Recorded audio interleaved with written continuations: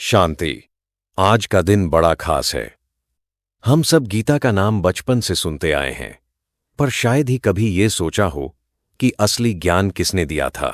सच पूछो तो मुझे भी हमेशा यही लगता था कि गीता श्री कृष्ण से ही जुड़ी है, लेकिन जब राजयोग की पढ़ाई शुरू की तो समझ में आया ये ज्ञान निराकार परमात्मा शिव ने ब्रह्मा के माध्यम से दिया था। अरे, यही बात तो गहरी है।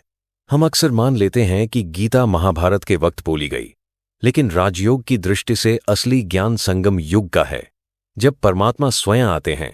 मुझे ये सोच बेहद दिलचस्प लगती है। परमात्मा शिव युद्ध लड़ाने नहीं, बल्कि हमारे अंदर के विकारों से लड़ना सिखाने आते हैं। इससे गीता का सारा भाव ही बदल जाता है। और क्या इस रहस्य को जानकर गीता का संदेश एकदम प्रैक्टिकल और व्यक्तिगत लगने लगता है। चलो, यही से आगे बढ़ते हैं कि असल में युद्ध कौन सा है। अगर सोचें तो गीता में जिस कुरुक्षेत्र की बात हुई है वो बाहर का मैदान नहीं, हमारा खुद का मन है। बिल्कुल।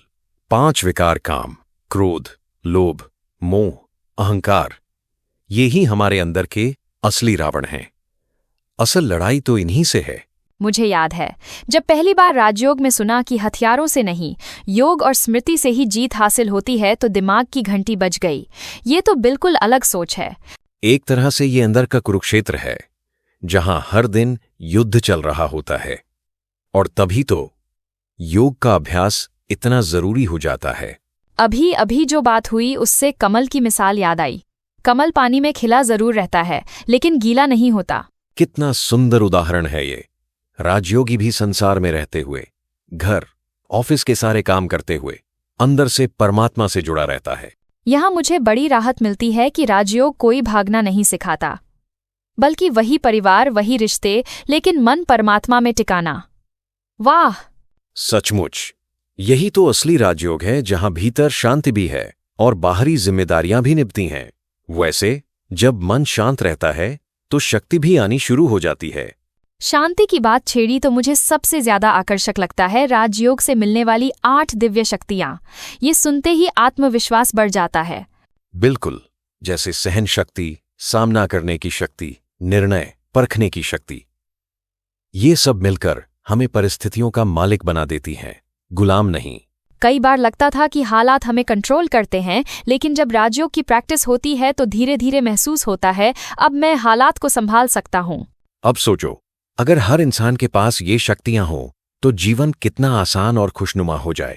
चलो, अब जरा उस यात्रा की बात करें जो राजयोग से शुरू होती है, नरक से स्वर्ग की। अक्सर लोग सोचते हैं स्वर्ग या नरक मरने के बाद मिलेंगे, लेकिन असल में ये यही हमारे जीवन की स्थिति है। बिल्कुल।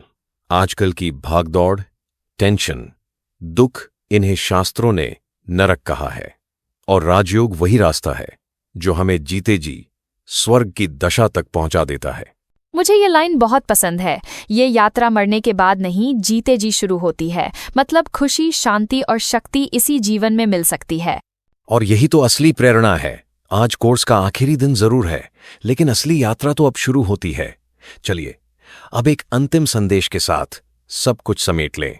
ये सोचकर दिल खुश हो जाता है कि राजयोग कोई जटिल साधना नहीं, बस एक सरल संदेश है। परमात्मा को याद करो और पवित्र बनो।